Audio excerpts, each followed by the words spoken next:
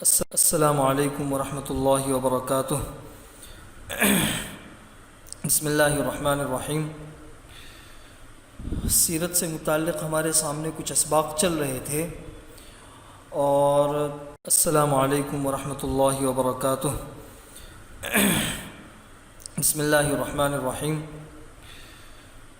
سیرت سے متعلق ہمارے سامنے کچھ اسباق چل رہے تھے، اور سیرت سے متعلق ہمارے سامنے کچھ اسباق چل رہے تھے، اور یہ سیرت کا 40واں سبق ہے، 40واں، اور تفصیلات پہنچی تھی غزوہ احد سے پہلے کی، یعنی غزوہ بدر کے بعد کیا کیا واقعات پیش آئے۔ تو آج کے ہفتے میں ہمارے سامنے جو واقعہ بیان کیا جا رہا ہے وہ کعب بن اشرف کے قتل کا، اور کعب بن اشرف کے قتل کے بعد پھر جو دو غزوات ہوئے غزوہ احد سے پہلے اس سے متعلق یہ 3 واقعات آج کے سبق میں بیان کیے جائیں گے۔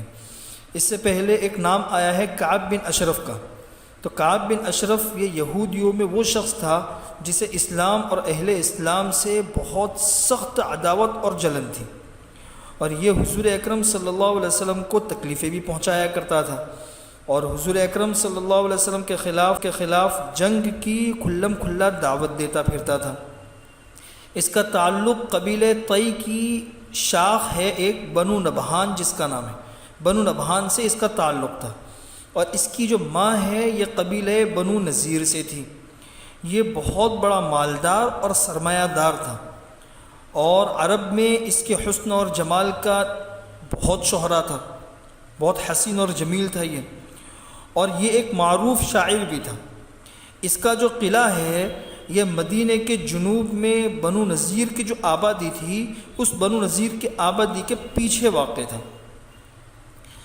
جنگ بدر میں مسلمانوں کی فتح اور سرداران قریش کے قتل کی خبر جب اسے پہل ملی کعب بن اشرف کو، تو بے ساختہ یہ بول اٹھا کہ کیا واقعتاً ایسا ہوا ہے؟ یہ قریش کے جو بڑے بڑے سردار مارے گئے ہیں، یہ تو عرب کے سردار پیٹ جو ہے یہ زمین کی پیٹھ سے بہتر ہے، زمین پر زندہ رہنے کا پھر کوئی مزہ نہیں۔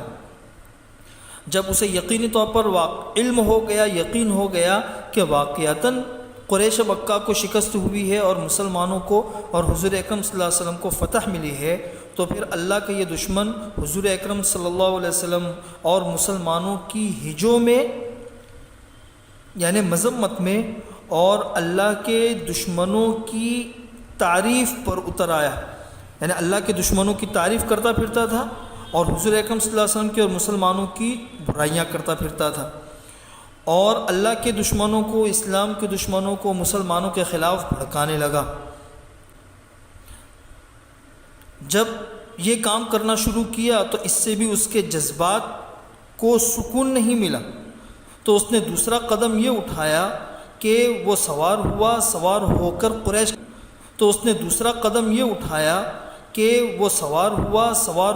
قریش کے پاس جا پہنچا، مکہ مکرمہ، اور قریش کے اندر ایک سردار ہے مطلب بن ابی وداع سہمی، اس کے وہاں پہ جا کے مہمان ہوا، اور وہاں پہ جا کے قریش مکہ کی غیرت کو بھڑکانے لگا، ان کے اندر انتقام کی آگ تیز کرنے لگا، اور حضور اکرم صلی اللہ علیہ وسلم کے خلاف دوبارہ جنگ کرنے کے لیے اشعار کہہ کر ان قریش کے سرداروں کو، اور قریش کے جو بڑے بڑے سردار جنگ بدر میں مارے گئے تو ان کے اوپر نوحہ مار کرتا رہا۔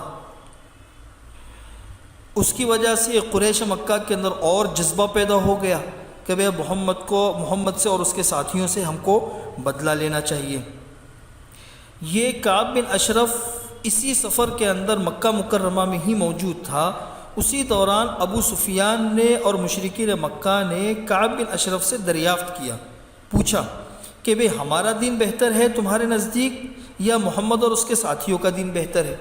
زیادہ بہتر کس کا دین ہے، اور تمہارے نزدیک پسندیدہ دین کون سا ہے، ہمارا یا محمد کا؟ اور ہم دونوں میں سے کون سا فریق ہدایت کے اوپر ہے اور کون سا گمراہی کے اوپر ہے؟ تو کعب بن اشرف نے ان مشرکین مکہ سے کہا کہ تم لوگ محمد اور ان کے ساتھیوں سے زیادہ ہدایت یافتہ ہو اور زیادہ افضل ہو اللہ کے نزدیک، نعوذ باللہ من ذالک۔ اسی پر قرآن کریم کی آیت نازل ہوئی جو پانچویں پارے قرآن کریم کی آیت نازل ہوئی جو پانچویں پارے میں ہے، الم تر الی الذین اوتوا نصیبا من الکتاب یؤمنون بالجبت والطاغوت ویقولون للذین کفروا ہؤلاء اہدی من الذین آمنوا سبیلا، کہ کیا تم ان لوگوں کو نہیں دیکھتے جنہیں کتاب کا ایک حصہ دیا گیا ہے، وہ جبت اور طاغوت پر ایمان رکھتے ہیں اور کافروں کے متعلق کہتے ہیں کہ یہ ایمان والوں سے زیادہ بڑھ کر ہدایت یافتہ ہے۔ اللہ اکبر، کیونکہ وہ یہودیوں کا ایک عالم تھا کعب بن اشرف، تو مسلمان ہدایت پر ہے، لیکن اس نے صرف مسلمانوں کے ساتھ دشمنی کی وجہ سے کہا کہ بھئی مسلمانوں کے مقابلے میں تم لوگ ہدایت کے اوپر ہو۔ کعب بن اشرف نے یہاں پہ یہ سارے کے سارے کام کیے اور سارے کام کرنے کے بعد دوبارہ مدینہ منورہ واپس آیا۔ جب یہاں مدینہ منورہ واپس آیا تو اس نے یہاں پہ آ کے صحابہ کرام کی عورتوں کے بارے میں بالکل غلط قسم کے اشعار کہنے شروع کیے اور اپنی زبان سے بدگوئی کے ذریعے مسلمانوں کو اور ان کی بیویوں کو تکلیفیں پہنچائی۔ یہ سب حالات بنے۔ ایک تو قریش مکہ کے ساتھ جا کے اتحاد کیا، ان کو مسلمانوں کے خلاف بھڑکایا اور ان لوگوں کے دین کو افضل بتایا، پھر مسلمانوں کے عورتوں کے بارے میں غلط اشعار کہنے شروع کیے، مسلمانوں کے بارے میں حضور اکرم صلی اللہ علیہ وسلم کے بارے میں ایک نفرت انگیز ماحول پیدا کرنے لگا۔ تو ان حالات سے تنگ آ کر پھر حضور اکرم صلی اللہ علیہ وسلم نے پوچھا کہ بتاؤ کون ہے جو کعب بن اشرف سے نمٹے، کیونکہ کعب بن اشرف نے اللہ اور اس کے رسول کو اذیت دی ہے، کون ہے جو اس سے نمٹے؟ تو اس کے جواب میں کچھ صحابہ کرام کھڑے ہوئے اور ان لوگوں نے اپنی خدمات پیش کی کہ حضرت ہم تیار ہیں اس سے نمٹنے کے لیے۔ تو جو صحابہ کرام کھڑے ہوئے ان میں ایک تو محمد بن مسلمہ، یہ اس مختصر سی کمپنی کے کمانڈر مقرر ہوئے، دوسرے تھے عباد بن بشر، تیسرے تھے حارث بن اوس، چوتھے تھے ابو عبس بن جبر اور پانچویں تھے ابو نائلہ۔ یہ جو ابو نائلہ تھے یہ کعب بن اشرف کے رضاعی بھائی بھی تھے اور یہ پکے سچے مسلمان تھے۔ ابو نائلہ، حضور اکرم صلی اللہ علیہ وسلم نے یہ کمیٹی بنائی اور ان کا سردار مقرر کیا محمد بن مسلمہ کو۔ محمد بن مسلمہ یعنی کعب بن اشرف کے قتل کے بارے میں جتنی روایات آتی ہے ان تمام روایات کا حاصل یہ ہے کہ جب حضور اکرم صلی اللہ علیہ وسلم نے فرمایا کہ کعب بن اشرف سے کون نمٹے گا کیونکہ اس نے اللہ اور اس کے رسول کو اذیت دی ہے، تو محمد بن مسلمہ رضی اللہ تعالیٰ عنہ نے اٹھ کر عرض کیا کہ یا رسول اللہ میں حاضر ہوں، کہ آپ چاہتے ہیں کہ میں اسے قتل کر دوں؟ حضور اکرم صلی اللہ علیہ وسلم نے فرمایا کہ ہاں میں ضرور چاہتا ہوں کہ اسے قتل کر دیا جائے۔ محمد بن مسلمہ نے عرض کیا تو آپ مجھے اجازت دے دیجئے کچھ کہنے کی، یعنی میں جو ہے نا کعب بن اشرف کے پاس جاؤں گا اور بظاہر اس کا ہی ساتھی بن کر اس سے بات کروں گا اور بظاہر آپ کے خلاف بن کر اس سے بات کروں گا، کیونکہ جنگ جو ہے نا وہ دھوکے کا نام ہے، دھوکے کا، اس لیے میں بظاہر اس کے سامنے آپ کا دشمن بن کر بات کروں گا اور اس کا حامی اور ہمدرد بن کے بات کروں گا، تو پھر کام ہو سکے گا۔ حضور اکرم صلی اللہ علیہ وسلم نے اجازت دے دی کہ تمہیں اجازت ہے۔ حضور اکرم صلی اللہ علیہ وسلم سے اجازت لے کر محمد بن مسلمہ جو تھے یہ کعب بن اشرف کے پاس گئے اور وہاں جا کے وہاں کی باتیں کرنے کے بعد کہا، حضور اکرم صلی اللہ علیہ وسلم کی طرف اشارہ کرتے ہوئے کہا محمد بن مسلمہ نے کہ بھئی اس شخص نے ہم سے صدقہ مانگا ہے، صدقہ، اور محمد نے تو ہم کو بہت مشقت میں ڈال دیا۔ تو فوراً کعب نے کہا کہ ہاں ابھی تو تم کچھ اور اتنے زیادہ پریشان نہیں ہوئے ہو، تم تو اور بھی زیادہ اکتا جاؤ گے، اور زیادہ پریشان ہو جاؤ گے، یہ کعب نے کہا۔ تو محمد بن مسلمہ نے کہا کہ بھئی اب کیا کریں، جب ہم اس کے بظاہر ساتھی بن گئے ہیں تو اب اس کا ساتھ چھوڑنا اچھا نہیں لگتا جب تک ہم انجام نہ دیکھ لیں کہ انجام کیا ہوتا ہے محمد کا، اس لیے ابھی ساتھ چھوڑنا مناسب نہیں ہے۔ اب میں کیا کروں، ہم سے تو محمد نے صدقہ مانگا ہے، صدقہ دینے کے لیے میرے پاس میں کچھ بھی نہیں ہے، تو میں آپ کے پاس ایک ہیلپ لینے کے لیے آیا ہوں۔ تو کعب بن اشرف نے کہا کہ بتائیے کیا ہیلپ چاہیے؟ تو محمد بن مسلمہ نے کہا کہ میں چاہتا ہوں کہ کچھ 1 وسق یا 2 وسق غلہ دے دو ہم کو. تو محمد نے ہم سے جو صدقہ مانگا ہے تو اس کے عوض میں ہم محمد کو دے دے صدقے کے طور پر. تو کعب بن اشرف نے کہا کہ ٹھیک ہے میں تم کو 1 وسق یا 2 وسق غلہ دوں گا تو میرے پاس کچھ گروی رکھو. جس طرح آج کل ہم سونار کے پاس جاتے ہیں کچھ پیسہ لیتے ہیں تو وہ کہتا ہے بھئی تمہارا سونا ہمارے پاس میں گروی رکھو, اگر تم قیمت چکا نہیں سکے تو ہم سونا بیچ کر اپنی قیمت لے لیں گے. تو کعب بن اشرف نے کہا کہ کچھ گروی رکھو. محمد بن مسلمہ نے کہا کہ بھئی کون سی چیز پسند کریں گے آپ بتائیے, کیا چیز گروی رکھے آپ کے پاس. تو کعب بن اشرف بدتمیز نے عورتوں کو میرے پاس رہن رکھ دو, اپنی عورتوں کو رکھ لو میرے پاس میں. تو محمد بن مسلمہ نے کہا کہ بھئی ہم اپنی عورتیں آپ کے پاس کیسے رہن رکھ سکتے ہیں, آپ عرب کے سب سے زیادہ خوبصورت انسان ہو, ظاہر سی بات ہے اگر ہم نے معاملہ خراب ہو سکتا ہے, ہماری عورتیں آپ پر عاشق ہو گئی یا پھر آپ نے کچھ کر لیا, مسائل کھڑے ہو جائیں گے, اس لیے اپنی عورتوں کو تو رہن نہیں رکھ سکتے. تو اس نے کہا کہ ٹھیک ہے تو پھر اپنے بیٹوں کو رہن رکھ دو. محمد بن مسلمہ نے کہا کہ ہم اپنے بیٹوں کو بھی کیسے رہن رکھیں گے, اگر ہم نے اپنے بیٹوں کو رہن رکھ دیا آپ کے پاس میں تو لوگ گالی دیں گے ہمارے بچوں کو, کہیں گے کہ دیکھو 1 وسق یا 2 وسق کے بدلے میں اس کو رہن رکھا گیا تھا, گروی رکھا گیا تھا, ہمارے لیے عار کی بات ہو جائے گی, اس لیے ہم اپنے بیٹوں کو بھی رہن نہیں رکھ سکتے. پھر محمد بن مسلمہ نے اپنی طرف سے تجویز پیش کی کہ اگر آپ اس بات کے لیے ایگری ہیں تو ہم آپ کے پاس میں اپنے ہتھیار گروی رکھ سکتے ہیں, ہمارے پاس میں ہتھیار ہے وہ آ کے آپ کے پاس میں ہم رہن رکھ سکتے ہیں, گروی رکھ لیں. تو اس کے بعد جب یہ تجویز پیش کی تو کعب بن اشرف تیار ہو گیا کہ ٹھیک ہے, جب یہ تجویز پیش کی تو کعب بن اشرف تیار ہو گیا کہ ٹھیک ہے کوئی مسئلہ نہیں, آپ کے ہتھیار میرے پاس گروی رکھ لو, میں 1 وسق 2 وسق تمہارے پاس میں دے دوں گا. معاملہ طے ہو گیا. معاملہ طے ہونے کے بعد وقت مقرر ہو گیا کہ فلاں وقت میں اپنے ہتھیار لے کر آؤں گا. محمد بن مسلمہ نے کہا ہتھیار رکھ دوں گا آپ کے پاس میں, آپ مجھے وسق دے دینا. ٹھیک ہے, یہ بات تو طے ہو گئی محمد بن مسلمہ اور کعب بن اشرف کے درمیان. پھر ابو نائلہ جو تھے, ابو نائلہ نے بھی تقریباً یہی اقدام کیا. یعنی ابو نائلہ چونکہ یہ تو کعب بن اشرف کے رضائی بھائی بھی تھے تو یہ کعب بن اشرف کے پاس گئے, کچھ دیر یہاں وہاں کی باتیں کی, اشعار وشعار سنتے سناتے رہے اور پھر بولے کہ بھئی کعب میں تو ایک ضرورت سے آیا ہوں, لیکن میں جو ذکر کروں تو ذرا بھئی راز میں رکھنا میرے بات کو. کعب نے کہا کہ ہاں ٹھیک ہے میں راز میں رکھوں گا, کوئی مسئلہ نہیں ہے. پھر ابو نائلہ نے تقریباً وہی باتیں کہی جو محمد بن مسلمہ نے کہی کہ بھئی ہم تو تنگ آ گئے ہیں, محمد بن گئی ہے, سارا عرب ہمارا دشمن ہو گیا ہے, سب نے ہمارے خلاف اتحاد کر لیا ہے, ہمارے راستے بند ہو گئے ہیں, ہمارے گھر والے برباد ہو گئے, اب تو ہماری جانوں پر بن آئی ہے, ہم اور ہمارے بال بچے بالکل مشقتوں سے چور چور ہیں.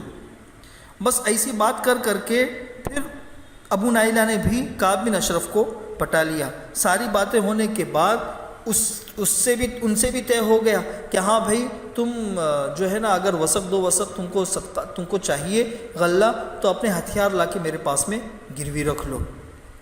ٹھیک ہے, یہ بات طے ہو گئی. محمد بن مسلمہ اور ابو نائلہ اپنی گفتگو کے ذریعے اپنے مقصد میں کامیاب ہو گئے. جب ابو نائلہ جا رہے تھے تو ابو نائلہ نے جاتے جاتے کہا کہ یار کعب دیکھنا میرے کچھ اور بھی ساتھی ہیں جن کے خیالات بالکل میرے جیسے ہیں, وہ بھی 1 وسق 2 وسق غلہ لینا چاہتے ہیں, تو اگر تم کہو تو جس تاریخ میں مجھے آنا ہے اسی تاریخ میں ان کو بھی لے کر آ جاؤں, وہ لوگ بھی اپنے ہتھیار لے کر آئیں گے, آپ کے پاس میں گروی رکھ لیں گے, تم تھوڑا سا کچھ وسق غلہ ان کو بھی دے دینا. طے ہو گیا کہ ٹھیک ہے تم ان کو بھی لے کر آ جانا. ماشاءاللہ طے ہو گیا کہ ٹھیک ہے تم ان کو بھی لے کر آ جانا.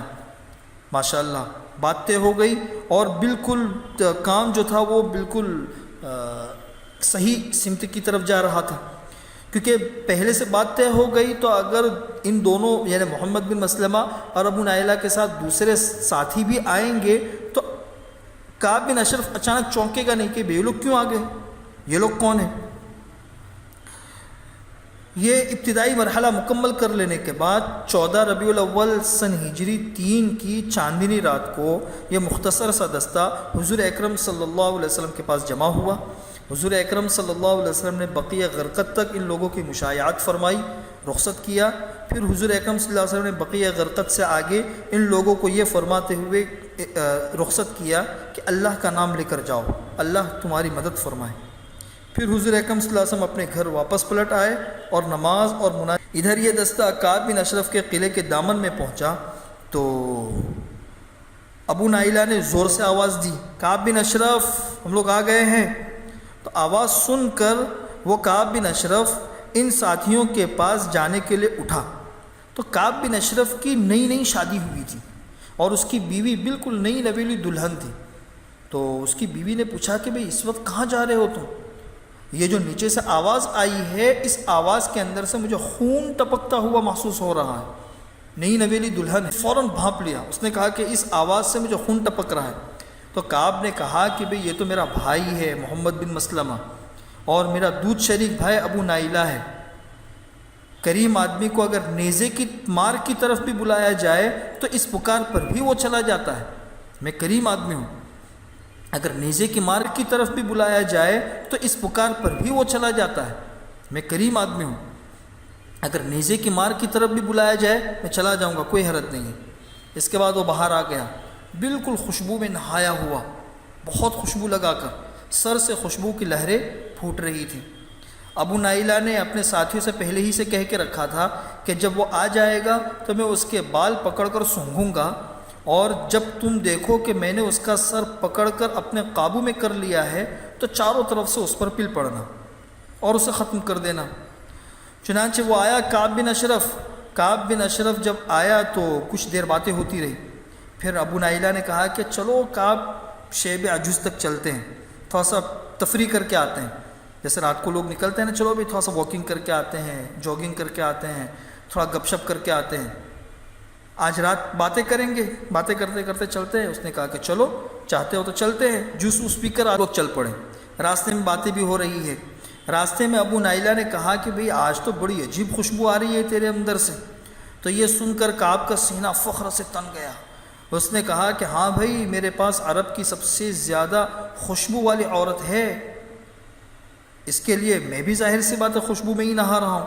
ابو نائلہ نے کہا کہ اجازت ہو تو ذرا آپ کا سر سونگھ لو۔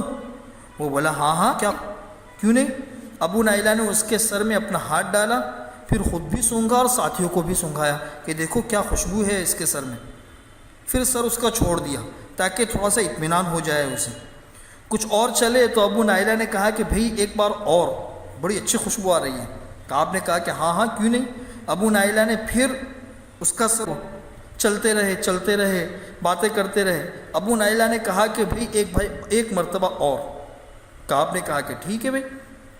اب کی بار ابو نائلہ نے کعب بن اشرف کے سر میں ہاتھ ڈال کر ذرا اچھی طرح پکڑ لیا، اور اچھی طرح پکڑنے کے بعد پھر ساتھیوں سے کہا کہ لے لو اللہ کے اس دشمن کو۔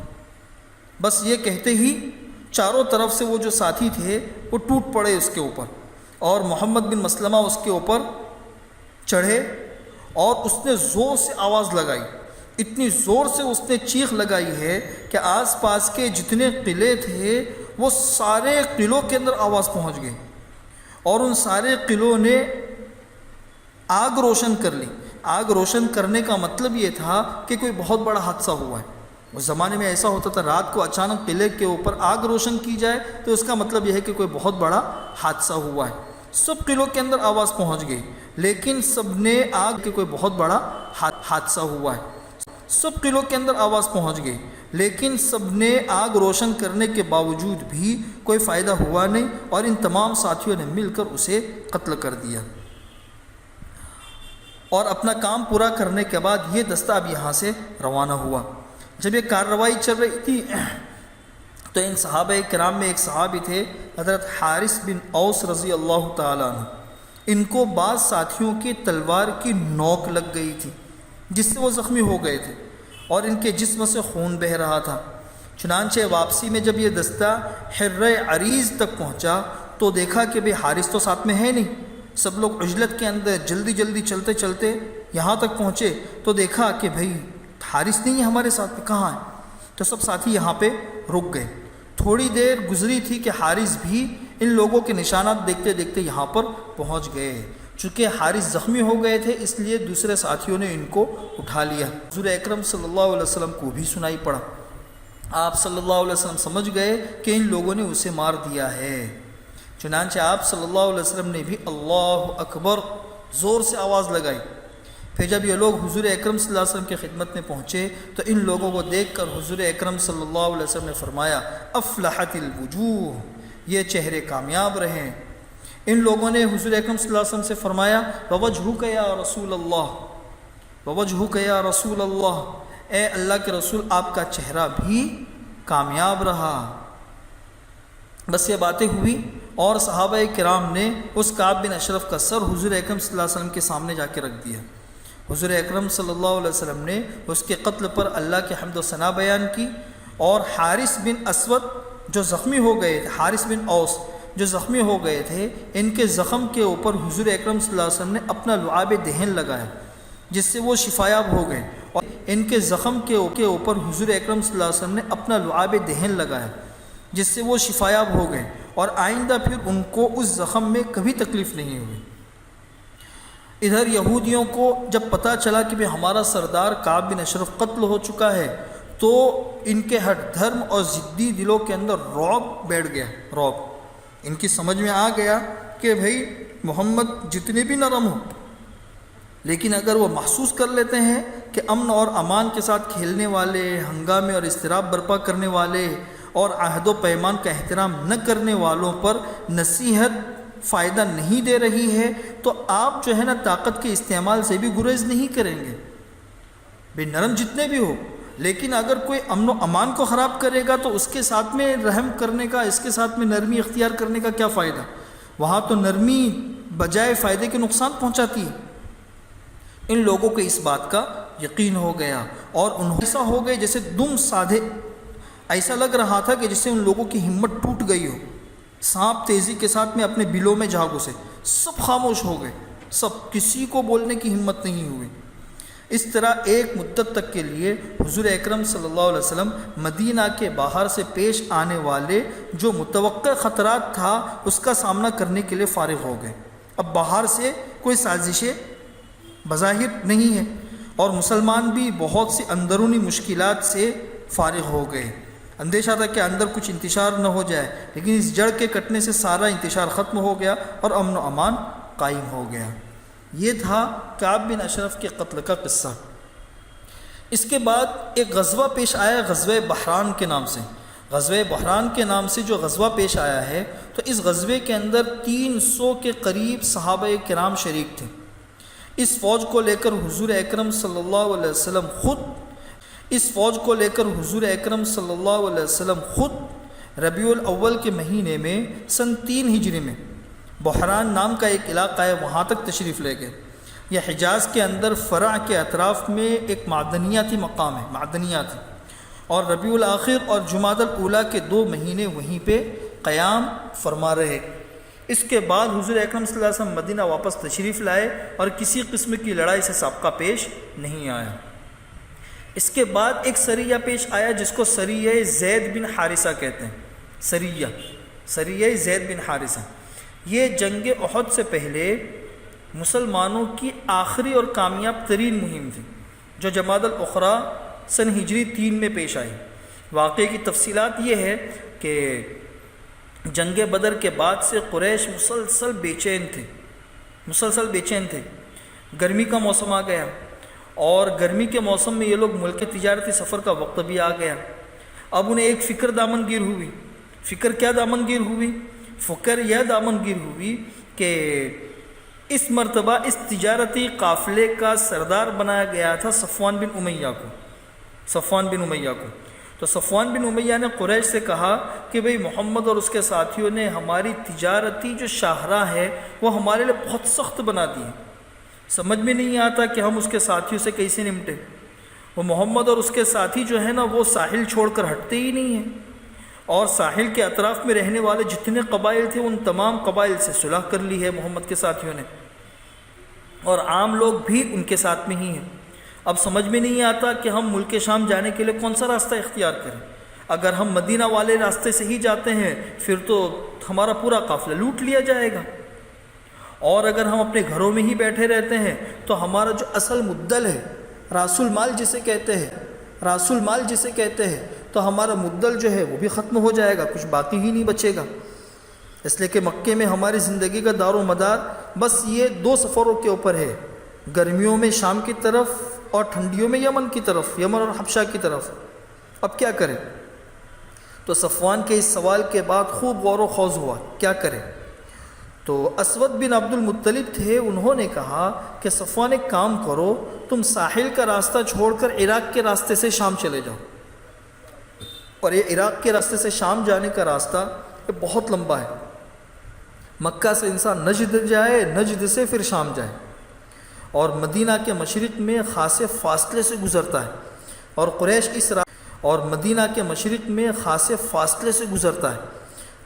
اس راستے سے بالکل واقف بھی نہیں تھے۔ اس لیے اسود بن عبد المطلب نے صفوان کو مشورہ دیا کہ ایک کام کرو، یہ فرات بن حیان ہے، اس کو اپنے ساتھ میں رکھ لو، اس کو یہ راستہ پتہ ہے، اور راستہ بتانے کے اندر یہ تمہاری گائیڈ کرتا رہے گا۔ بہرحال یہ بات طے ہو گئی کہ ہم کو مدینہ سے گزرنے والا جو ساحلی سفر ہے اس سے سفر نہیں کرنا ہے، بلکہ یہ عراق اور نجد سے گزرتا ہوا جو شام تک پہنچنے والا لمبا راستہ ہے، اس لمبے راستے سے جانا ہے اور شام پہنچ کے تجارت کرنی ہے۔ اور اس کے لیے گائیڈ کس کو مقرر کیا گیا؟ رہنما فرات بن حیان کو۔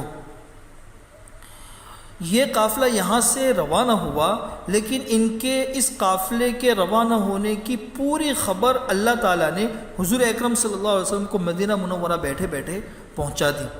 قلم کو اس تجارتی کے قافلے کے روانہ ہونے کی خبر اس طریقے سے پہنچی کہ مدینہ منورہ کے اندر 2 ساتھی تھے۔ ایک تو تھے سلیط بن نعمان، یہ تو مسلمان ہو چکے تھے، اپنے اسلام کو چھپائے ہوئے تھے، اور ان کے ایک دوست تھے نعیم بن مسعود۔ یہ نعیم بن مسعود جو ہے یہ ابھی مسلمان نہیں ہوئے تھے، اور ابھی تک شراب کی حرمت کے احکامات بھی نہیں آئے ہیں، شراب حلال تھی۔ تو یہ دونوں کسی جگہ بیٹھ کر شراب پی رہے تھے، کیونکہ اس وقت شراب کی حرمت نازل نہیں ہوئی تھی۔ تو جب یہ نعیم بن مسعود کے اوپر جب شراب پیتے پیتے تھوڑا سا نشہ غلبہ ہو گیا نشے کا، تو انہوں نے سلیط بن نعمان کو ساری تفصیلات بتا دی کہ اس طریقے سے یہ قافلہ روانہ ہوا ہے، صفوان بن امیہ لے کر نکلا ہے اور اس راستے سے گئے ہیں۔ ساری تفصیلات بتا دی انہوں نے۔ جب تفصیلات سن لی سلیط نے تو فوراً جھٹ سے انہوں نے خود کو روانہ کیا، سواری لی اور فوراً دوڑتے ہوئے حضور اکرم صلی اللہ علیہ وسلم کی خدمت میں مدینہ منورہ پہنچے اور ساری تفصیل بتا دی کہ حضرت اس طریقے سے یہ قافلہ یہاں سے روانہ ہوا ہے۔ حضور اکرم صلی اللہ علیہ وسلم نے فوراً حملے کی تیاری کی اور 100 سواروں کا ایک رسالہ حضرت زید بن حارثہ کلبی رضی اللہ تعالیٰ عنہ کی کمان میں دے کر روانہ کیا۔ دیکھیے، غزوہ کہتے ہیں اس جنگ کو جس میں حضور اکرم صلی اللہ علیہ وسلم خود شریک ہوں، اور سریہ کہتے ہیں اس جنگ کو جس میں حضور اکرم صلی اللہ علیہ وسلم بنفس نفیس شریک نہ ہوئے ہوں۔ تو یہ سریہ ہے، اکرم صلی اللہ علیہ وسلم تشریف نہیں لے گئے بلکہ زید بن حارثہ کو روانہ کیا۔ حضرت زید رضی اللہ تعالیٰ عنہ نہایت تیزی کے ساتھ انہوں نے راستہ طے کیا، اور قریش کا راستہ بالکل بے خبری کے عالم میں قردہ نامی ایک چشمے پر بس پڑاؤ ڈالنے والا تھا کہ اچانک اس قافلے کو پکڑ لیا اور چاروں طرف سے حملہ کر دیا اور پورے قافلے پہ قبضہ کر لیا۔ صفوان بن امیہ اور دیگر جتنے بھی محافظین تھے، ان سب کو بھاگنے کے علاوہ کوئی چارہ کار نظر نہیں آیا، سب لوگ بھاگ گئے، اپنا سامان چھوڑ دیا۔ مسلمانوں نے قافلے کا رہنما تھا فرات بن حیان، اس کو بھی گرفتار کر لیا اور مزید 2 آدمیوں کو گرفتار کیا، اور بہت سی چاندی، بہت سے برتن، بہت سا پیسہ، جس کی تقریباً پورا اندازہ 1 لاکھ درہم کے قریب تھا، یہ بطور غنیمت ہاتھ آیا، اور یہ پورا کے پورا لے کر حضور اکرم صلی اللہ علیہ وسلم کی خدمت میں پہنچے۔ حضور اکرم صلی اللہ علیہ وسلم نے اس میں سے خمس نکال کر مال غنیمت جو ہے نا وہ اس جنگ میں جانے والے تمام افراد پر تقسیم کر دیا۔ اور یہ جو فرات بن حیان تھے جو گرفتار ہو کر آئے تھے، انہوں نے حضور اکرم صلی اللہ علیہ وسلم کے ہاتھ پر اسلام قبول کر لیا۔ بدر کے بعد قریش کے لیے یہ سب سے زیادہ غمناک خبر تھی، اس سے ان کے قلق اور اضطراب اور غم اور الم میں مزید اضافہ ہو گئے۔ اب قریش مکہ کے سامنے صرف 2 ہی راستے تھے، یا تو اپنا کبر و گھمنڈ اور غرور مسلمانوں سے صلح کر لے، یا پھر بھرپور جنگ کر کے اپنی چھوٹی ہوئی عزت کو واپس لے کر آ جائے اور مسلمانوں کی قوت کو اس طرح توڑ دے کہ وہ دوبارہ مسلمان سر نہ اٹھا سکے۔ قریش مکہ نے پہلے راستے کے بجائے دوسرے راستے کا انتخاب کیا۔ چنانچہ اس واقعے کے بعد قریش کا جو انتقام کا جوش تھا وہ کچھ اور بڑھ گیا، اور قریش نے مسلمانوں سے ٹکر لینے اور مسلمانوں کے گھروں میں گھس کر ان پر حملہ کرنے کے لیے بھرپور تیاری شروع کر دی۔ اس طریقے سے یہ بھی احد کے معرکے کا خاص عامل بن گیا، سریہ زید بن حارثہ۔ یہاں پہ جو قریش کو نقصان ہوا تو اس کی وجہ سے ان لوگوں کے غم میں اور